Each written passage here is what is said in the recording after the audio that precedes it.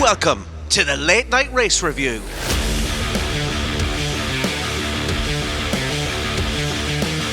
Red Bull pick up where they left off last season with a jaw-droppingly dominant performance. Fernando Alonso, our panties are down. We're ready when you are. Ferrari's Clown College is back in session once again, and Mercedes discuss trading in their new black bin for something a little better. We wrap it up with a look at our fantasy league and our predictions game, as always. Don't forget to support the podcast by hitting those like, follow and subscribe buttons. Welcome back to the Late Night Race Review. I'm Owen Scott, and with me as always is Dave Jericho and Isidro Consalvish for the first race of the 2023 Grand Prix season. The Bahrain Grand Prix, Dave, this week. But before we get going, actually, you want to tell us something about the Fantasy League. Yeah, you didn't say the Fantasy Football League, so fair play No. to you. I'll probably say it now in my page.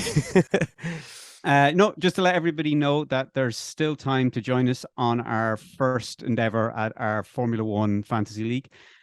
So you can just go onto the F1 Fantasy League on f1.com and just search for Late Night Race Review and you'll find us. So you can join us there, and there's prizes at the end of the season. So if you win the league, there is a prize of shirts and hats of the team of your choice from the official F1 store, I might add. Oh, lovely. Yes. Except Haas, because Dave doesn't want to do Haas this year. No, there's only 9 teams to choose from. we don't fuck around here.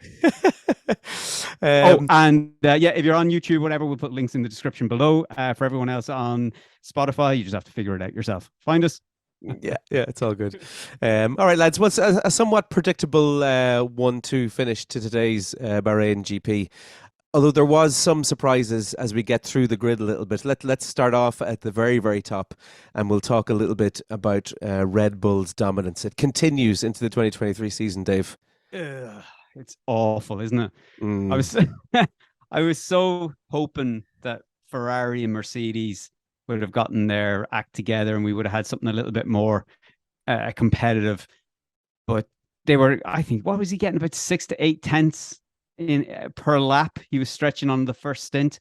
Yeah, he was gone. There was as soon as you saw that, I think we were 5-6 laps in, and you saw the gap increasing. It's it doesn't bode well for the rest of the season. I'm a bit concerned where this is leading for the rest of the season, but for Red Bull, I think they're looking pretty at the moment at the top. Yeah. I would suggest, maybe F1 will listen to this or not, I don't know, a 2-tier F1 season. So Division 1 will have Red Bull just fighting each other, and then the rest of the pack will be in Division 2 and they will fight for promotion up to Division 1. Problem is, Division 1 will be won by Max Verstappen every season. That doesn't make sense. But anyway, Isidro, what do you think of Red Bull today overall? They did what was expected from them, just to lead the race. I mean, the first lap, Leclerc was in the middle, messing up the Red Bull strategy, but they took care of that halfway the race.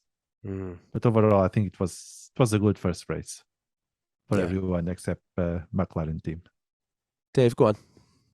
This is why I was saying as well in our last podcast why I don't think the penalty that Red Bull got for the wind tunnel is going to affect them. I know they have done a lot of the development already before the penalty had come in, but I think that car is an evolution of last year, which was already pretty solid. So I think even with that penalty, when it does start becoming a factor and other teams start getting the wind tunnel time, I think Red Bull are already just going to have to, they're going to be tweaking, and I think the time that they're going to have in the wind tunnel will probably be enough to see them dominant for, and keep that car on a development scale ahead of the kind of the nearest competitors, if there is any nearest competitors at the moment. So yeah, I'm just a bit concerned for the season already. I know we're one race in, it's very easy to say, but it was just so dominant, and the other teams seem to have the same gremlins. That's look, one race in. I mean, let me not be too down on it. Go on, Isidro. I mean, I don't see why all the hate with Red Bull. Mercedes did the same for 7 years. And we didn't like it though. Yeah, but I don't think there was so much hate as there is with Max Verstappen and Red Bull right now, especially since the scandal with over the budget.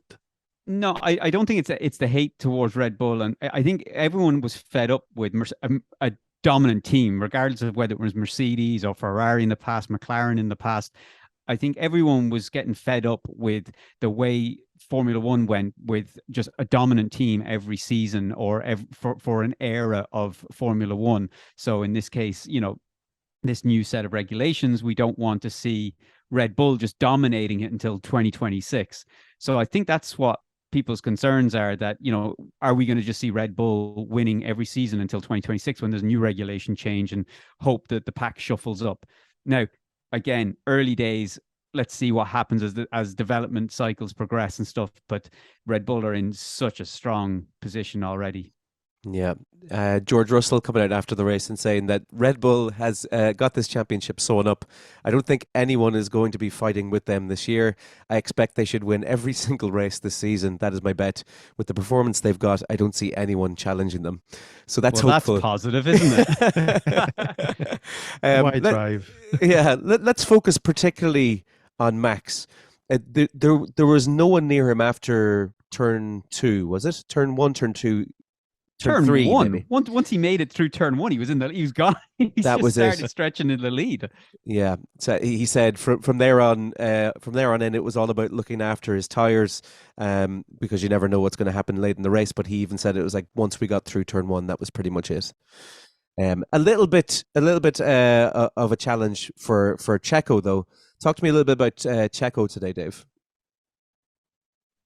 I mean, again, this is where we just seen Groundhog Day a little bit. I was expecting Checo to come out this season with a bit more aggressive, and maybe closing the gap towards Max a little bit more. Mm-hmm. But I mean, I think he was a good 10, 11 seconds behind by the end. I'm not 100% sure. I don't have the times up here. Actually, I do have the times up. I lie. Mm-hmm. 12 seconds behind Verstappen. Look, he's a brilliant wingman. I mean, I don't think Max could hope for a better wingman than Perez. But in terms of Perez, what does he want to gain from where he is? I mean, it doesn't look like he's going to win a world championship with Max still in the team there. So unless he really steps up his game, and then it'll be a question of what do Red Bull want from that position, from that number 2. Will they be happy just to have Perez as the wingman? Just if he got consistently second place on the grid, or second place in races, I'm sure they'll be delighted with that. I mean, what more could they want? If he didn't, though, like last season, could Daniel Ricciardo come back? Who knows? But yeah, I don't think his seat is in as much danger. But yeah, he didn't show much more than he had last season. So it's the status quo, I guess. Yeah. Would lead to questions as to why they brought Danny Ricciardo back. Was it to put pressure on Checo?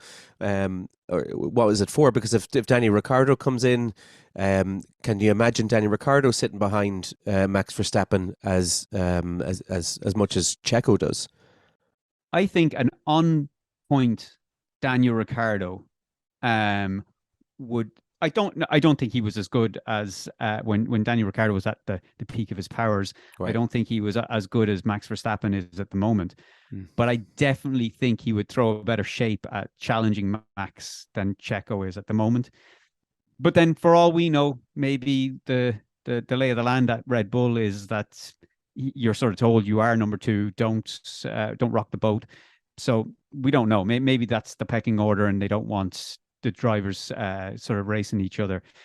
But I don't know. I'd like to see Daniel Ricciardo in that seat. I'd like to see something else happen. I want to see somebody else being able to challenge Max. It's the same at Mercedes. We didn't see anyone after Nico Rosberg during Mercedes dominance. After Nico Rosberg won the world title, we didn't see anyone else really. I mean, Bottas had a little glimmer of possibly challenging Hamilton, but that was it. So I don't want to see that again. I want to see, if a team is going to dominate, then let's see their 2 drivers battle it out, slog it out with each other. Let's not just see Max Verstappen cruise away with the season.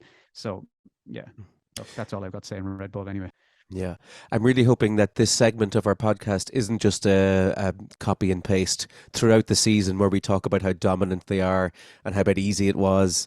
I hope we get some sort of a challenge, but a team that wasn't a copy and paste. Let's get on to it, lads. The team that were the talk of the town for the whole weekend, pretty much. Oh, We had Haas! it was not Haas. So Alonso FP1, FP2 going second fastest and then going fastest in FP2, FP3. There was a hope there that something could happen, and it very much did happen, Dave. Well, no, what, Stroll wiping him out? No, let's go for Alonso first. Let's talk about Fernando. Well, clearly driver of the day. Yeah, I mean, clearly. I was hoping to see what might have happened had Stroll not fucking clipped the back of him, because he lost the position there, and I was wondering if he wasn't battling for that position back, would he have maybe put a little bit more of a charge up top? Realistically, he wasn't going to catch obviously the Red Bull, but I just wondered whether he might have had the pace on Leclerc like he did on Sainz.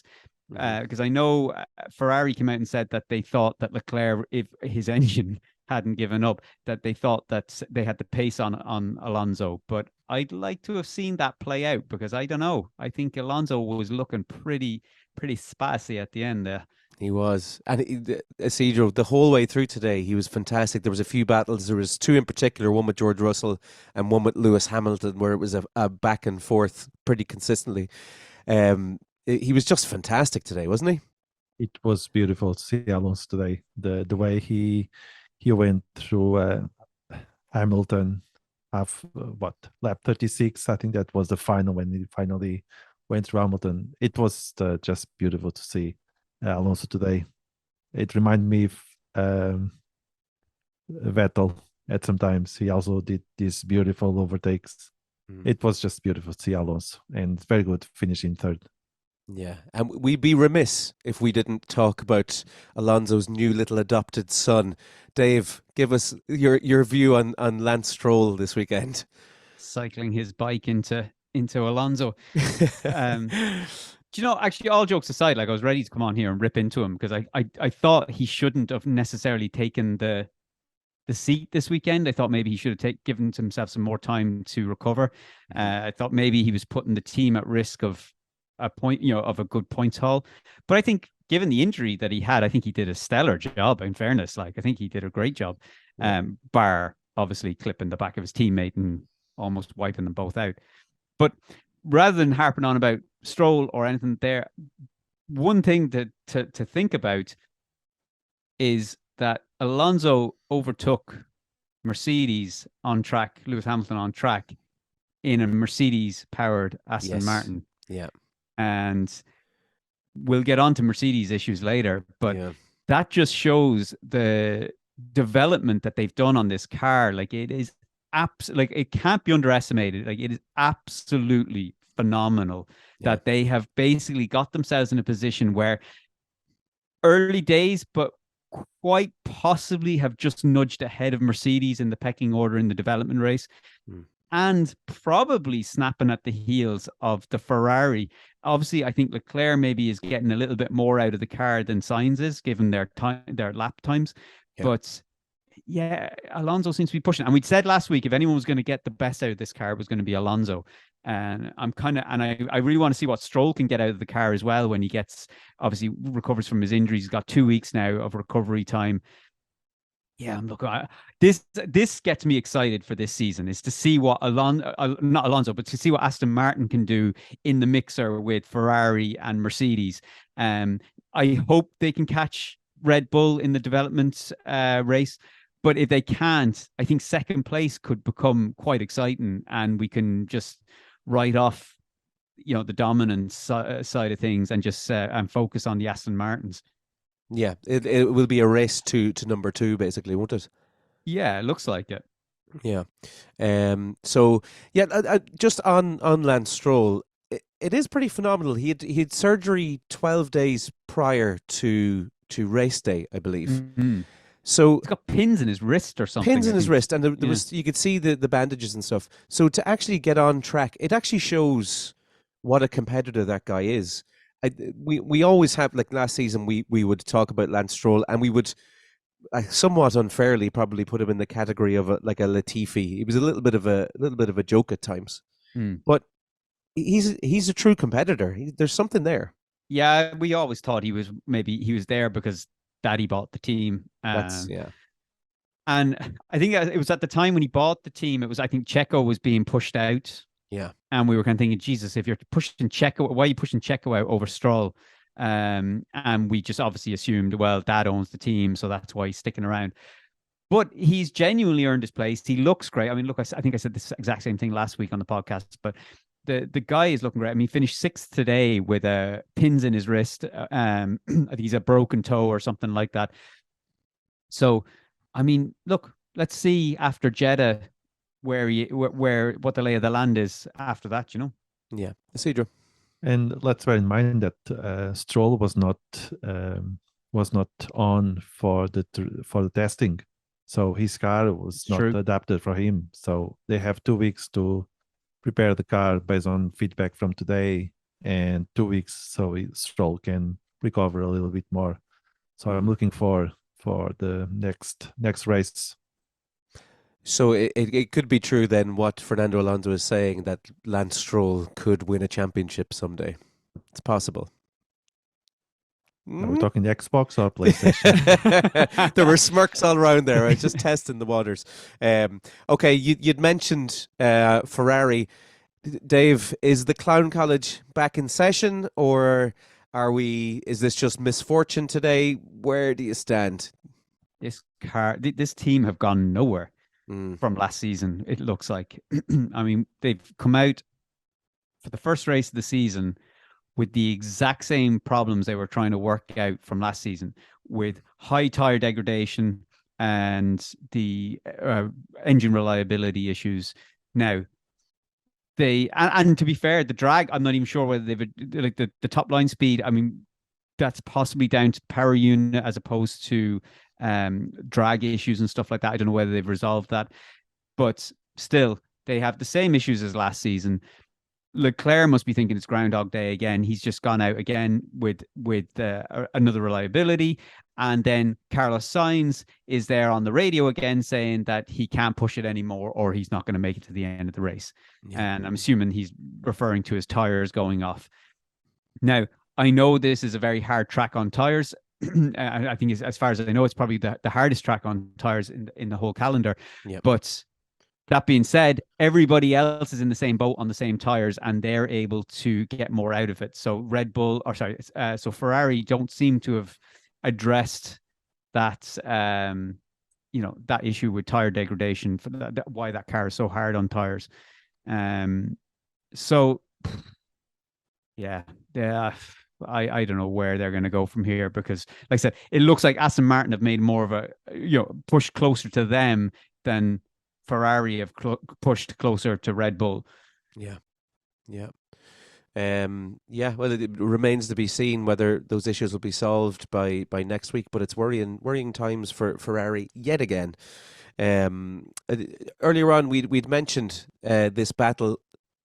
You're pointing. Oh, sorry, Isidro, I didn't see you there. Go on. No, I was just thinking, because there's so many people here. Imagine that somewhere in Saudi Arabia there's a container abandoned with a brand new Ferrari inside, and the pit crew just thought maybe no one noticed. We just put the cars from last year and just let him race. Maybe no one noticed. Yeah. Take off some of the paint. Yeah. I'm not.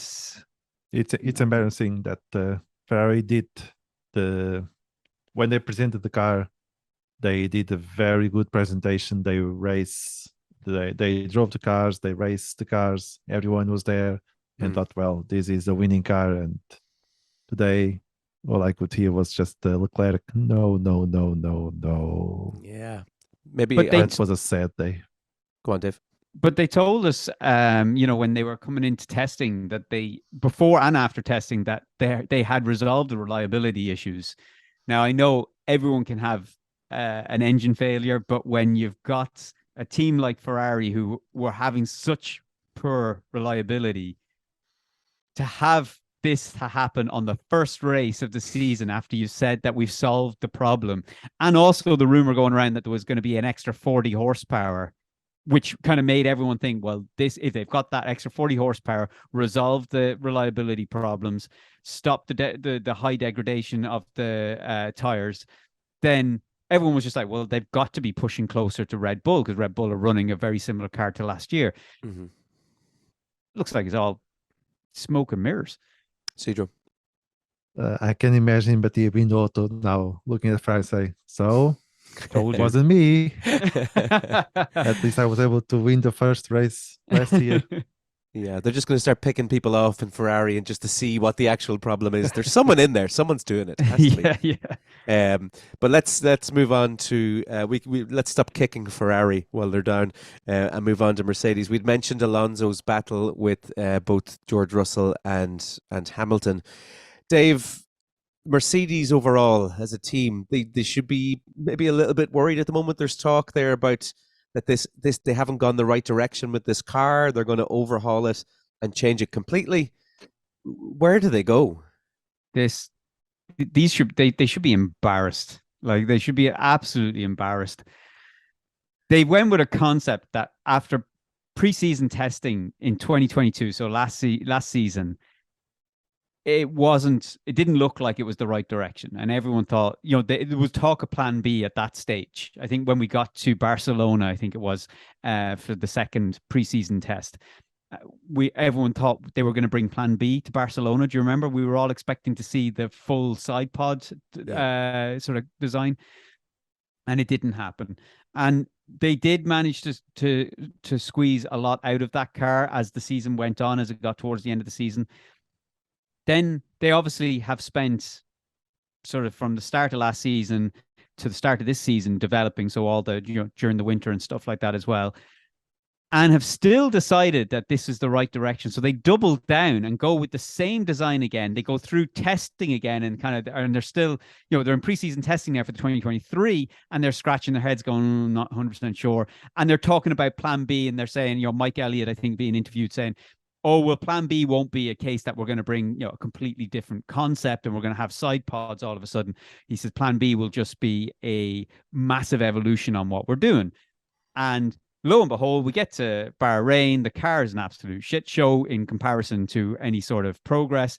And you've got Toto Wolff coming out saying, well, our evolution of the car, our big upgrade in for Imola, I think it is, was supposed to be worth around 0.3 of a second.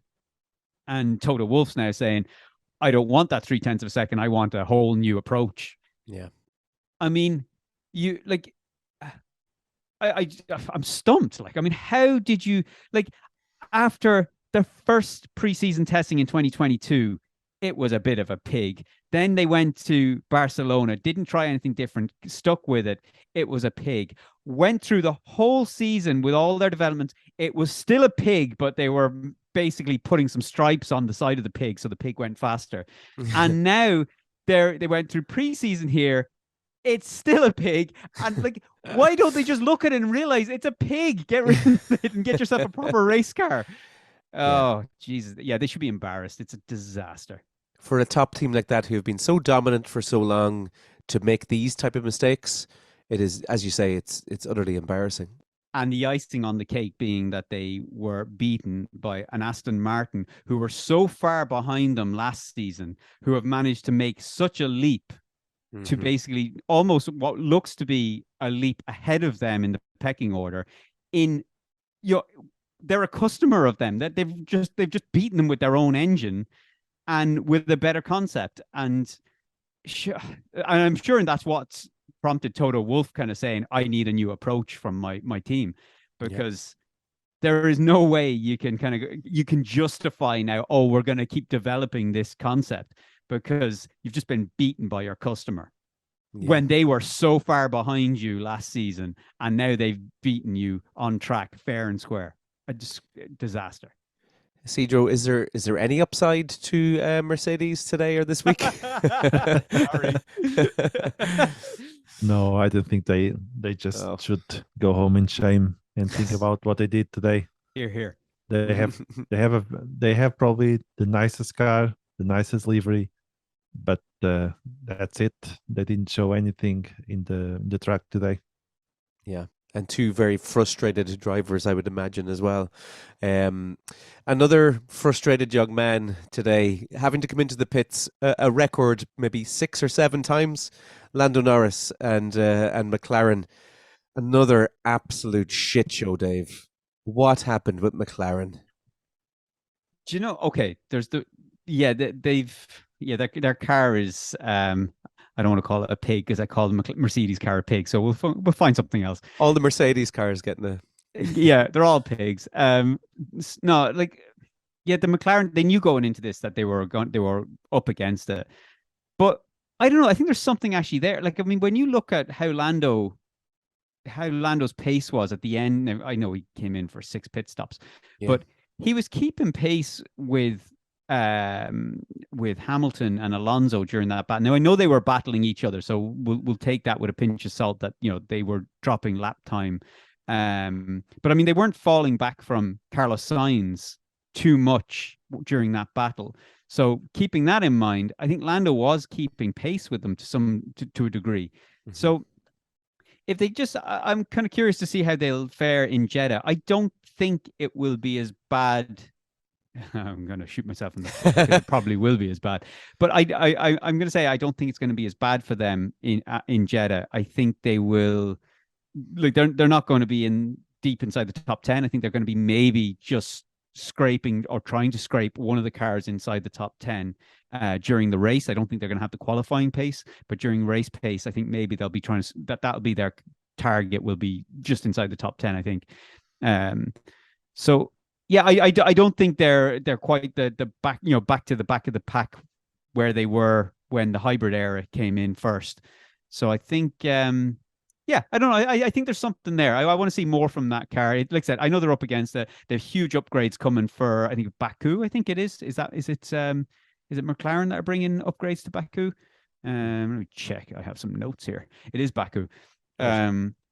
So yeah, I'll wait I think when they have them in, we'll see what they do in Jeddah. But yeah, I don't necessarily think it's quite as bad. I would literally say it's worse for Mercedes than it is for McLaren. Right. I know that sounds ridiculous, but I think McLaren might be in a better position to develop what they have, whereas Mercedes have to throw it out and start again almost. So, whereas I think McLaren have they did scrap everything. They've come with a new concept this season compared to where they were last year. So, but I think they've got definitely a better foundation. So yeah, I'm looking forward to seeing what they can do in Jeddah. Isidro, anything on McLaren before I move on? I was very disappointed after seeing what McLaren did last year. Norris being that driver that you all expect to see on the top 10 weekend after weekend. It was not good to see McLaren on the bottom of the drivers list today in manufacturers. Can I ask you, Isidro, how long would you expect that Lando Norris will stick around at McLaren? Is there only so much patience that kid has to be dealt this crappy card every year, or is he there? Do you see him just staying at McLaren long term? If this year ends the way it's starting, I'm sure Norris will be looking for another team. Last year it was a stable team. We could see they had the pace, but this year, or at least right now, after the first race, I'm not seeing a good future of McLaren. But again, this is just the first race of Dave. 23. Isidro, what did you make though of Lando's pace when he was kind of catching? Remember, he was almost able to unlap himself against Lewis Hamilton towards the end. Like, did you think there was any glimmer in that? Like, that's where I'm kind of trying to get a shred of hope for McLaren, that there is some sort of pace there in that car. Yeah, I think that there's still hope, and I'm pretty sure. I mean, it's not possible that in a few months they dropped from the middle table where they finished last year to bottom with 0 points. So there's definitely something there. They can tune up again and put Norris and Piastri back in the middle table. Yeah, pace is grand, but not when you're trying to unlap yourself from the back. So they're going to have to do a little bit better. Some reliability issues there as well with both cars. Piastri out, retired.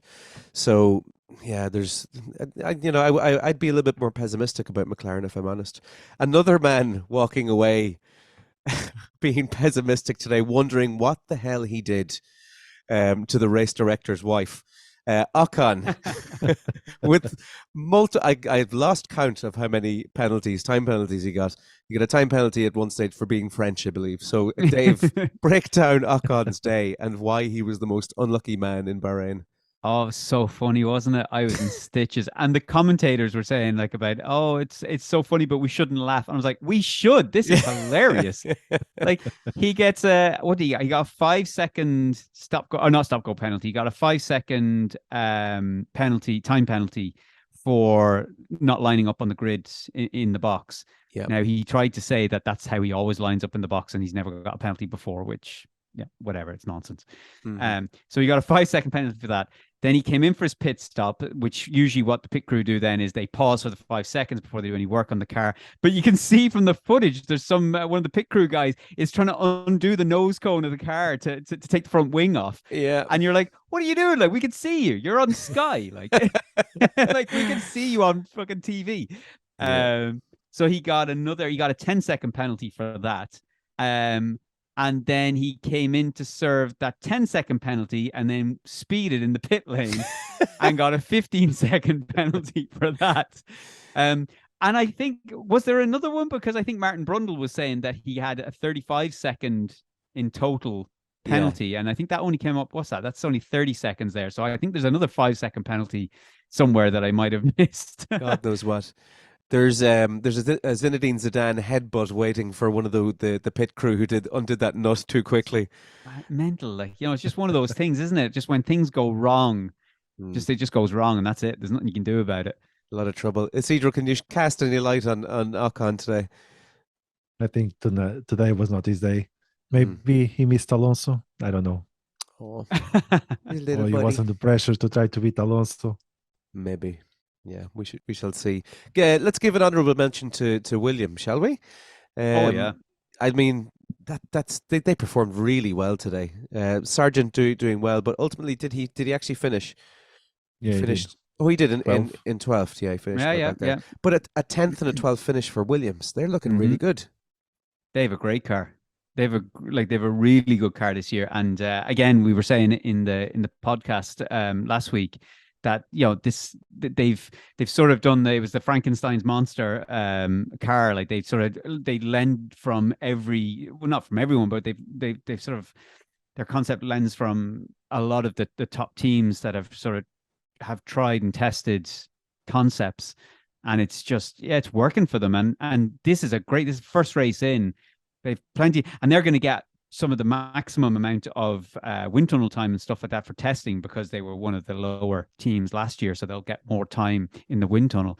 So if this is where they're starting, I mean, I don't know. Could you see maybe by the end of the sort of second half of the season, they're pushing for top 10, regular top 10, both drivers, regular top 10 finishes? I mean, I don't see why not.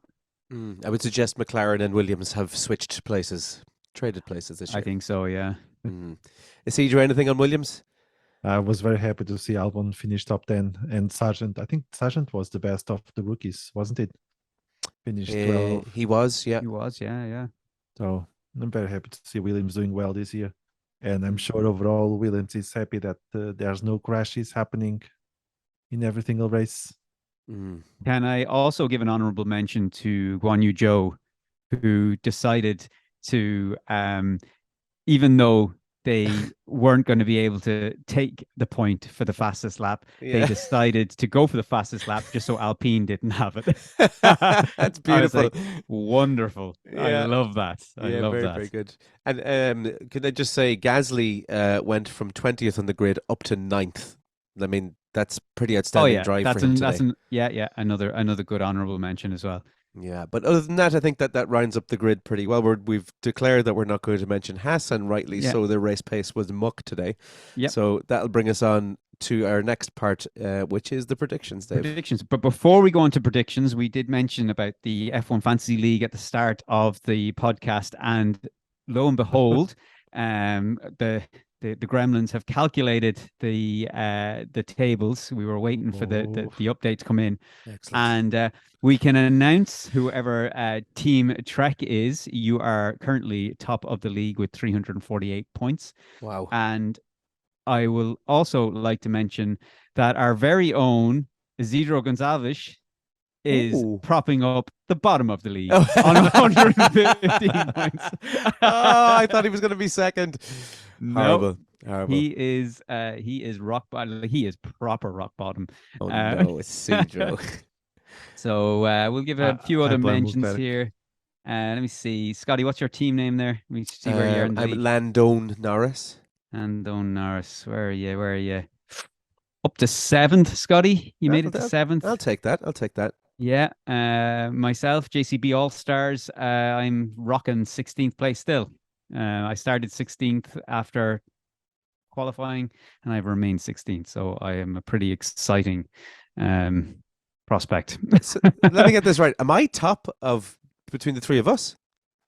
Yeah, but don't get too excited. No, I'm pretty excited. That's brilliant.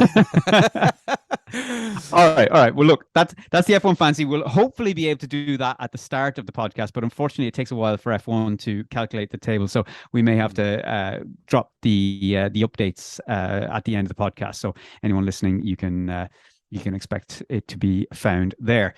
But let's move on. Oh, and actually, obviously, if you can find us, Late Night Race Review, if anyone wants to join the league, it's not too late. Prizes, all the usual jazz, blah, blah, blah. Anyway, moving on, the predictions game, the big important stuff of the season, which is the predictions game between myself, Scotty, and Isidro. So every week we make predictions after the previous race week. So there's no news that we're not making prediction based off any news we've got during the week or any qualifying pace or practice pace. We just give our predictions based off gut feeling and lack of intelligence. So right, let me crack out the results for today. So I will go with my top 3 that I called out, and I had Max to win the race. That's a point on that one. Yep. Leclerc to finish 2nd. That did not happen. And look at this beaut. Yeah. I went with Alonso to finish 3rd. Oh, that's good. That's good. Saucy I can see already what's happened there. Yeah. All right. Isidro. Or sorry, Scotty. I had Max P1, which did happen. It's fine. Sainz P2, which did not. And then Perez P3, just in the wrong position. Yeah. So 1 point. And Isidro, what did you go with? Yeah, not good. I went with the Max, Leclerc, and Perez. Yeah. So that was just seeing your DNF. Who's mine or no, Isidro's? Yeah, that's horrible. All right, so let's go with so my flop this week was Lando Norris, and so I close. I went too specific. I went with a DNF, and I mean, I thought when they brought him in on the second last lap, he says, this. I think they're retiring the car, and I stood up off the sofa. Yeah, I knew you would. Yeah, I was like, oh yeah, bring him in, and nope. He sat there for like a good minute, just deliberating whether he was going to give you that point or not. He's like, they just pushed him back. They got Piastri out to push him around for the last lap. So yeah, Lando Norris DNF, and that did not happen for me. No. Now this is why this is a bitter pill to swallow for me, because Scotty, what was your flop? My flop was also Lando Norris, but I just said outside the top 10. I played it safe. That's criminally. Beautiful. That's criminal. That's that a is. point. Yeah. Love that. Well, no, let's move on. Yeah. So Isidro, your flop for Bahrain GP. It was Fernando Alonso DNF. Wow. Dude. And I believe not only did he not DNF, not only did he get a podium, here we go. but he also got driver of the day. Yeah. I have him there. Yeah. Ridiculous. All right. So it's a goose egg for Isidro. Now, Let's keep this show train going. Let's Yeah.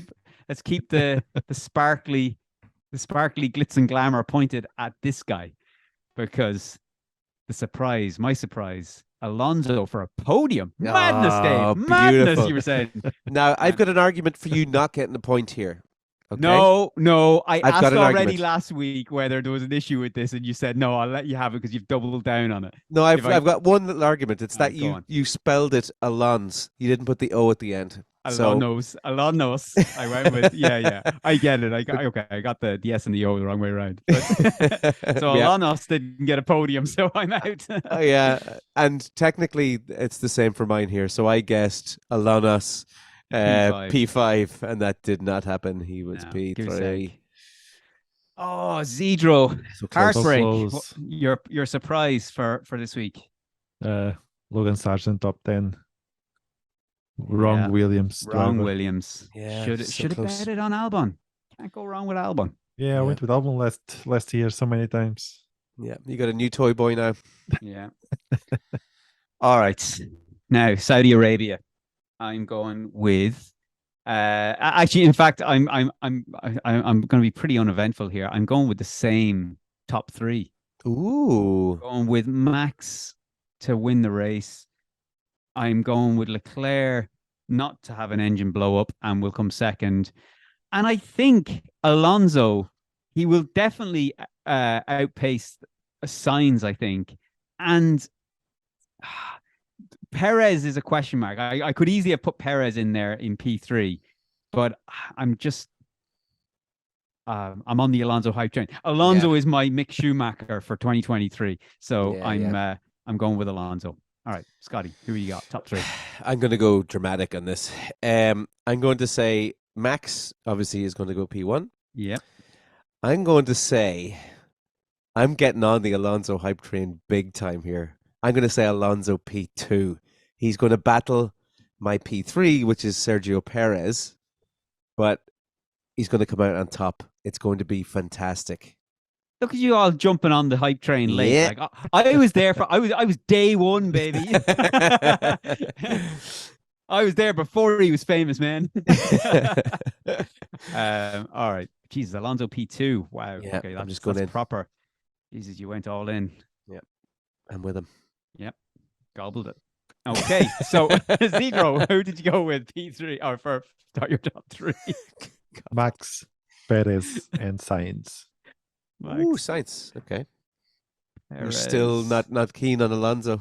He hasn't proven himself yet to you. He's probably going to be in the DNF again this week. This rookie. Until his engine finally gives in and he can go, I told you. Okay. My flop this week.